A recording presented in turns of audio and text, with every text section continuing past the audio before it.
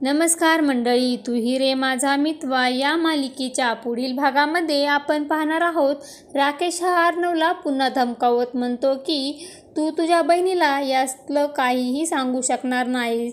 अर्णव हा त्याला काहीच उत्तर देत नाही। तर इकडे आपण पाहतो नम्रता ऐश्वर्याला खूपच समजावून सांगण्याचा प्रयत्न करत असते की तू हे लग्न करू नकोस।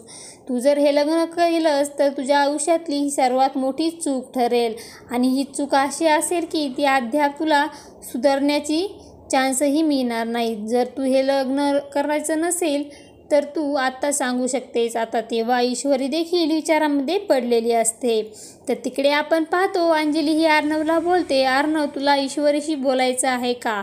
तुला जर तिला बोलायचं असेल तर मी तुला फोन लावून देते। आणि तेव्हा अर्णव मात्र विचारामध्ये पडलेला असतो। तर तिकडे बाबा हे घरी येत असतात आणि आई ही बाबांना विचारते कुठे गेला होता? तेव्हा बाबा बोलतात मी गुरुजीकडे गेलो होतो। तेव्हा आई म्हणते कशासाठी? तेव्हा बाबा म्हणतात लग्नाचा मुहूर्त काढण्यासाठी। हे बघ गुरुजीने खूप सारे मुहूर्त दाखवले होते पण त्यात सर्वात चांगला आणि जवळचा मुहूर्त घेऊन आलो आहे, तर लग्न देखील फिक्स केलं आहे।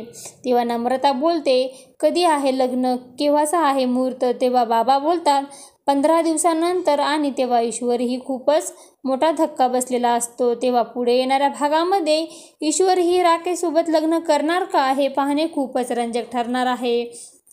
तू ही रे माझा मितवा या मालिकेचे सर्व अपडेट पाहण्यासाठी आपल्या चॅनलला लाईक करा, शेअर करा आणि सबस्क्राईब करायला विसरू नका। धन्यवाद।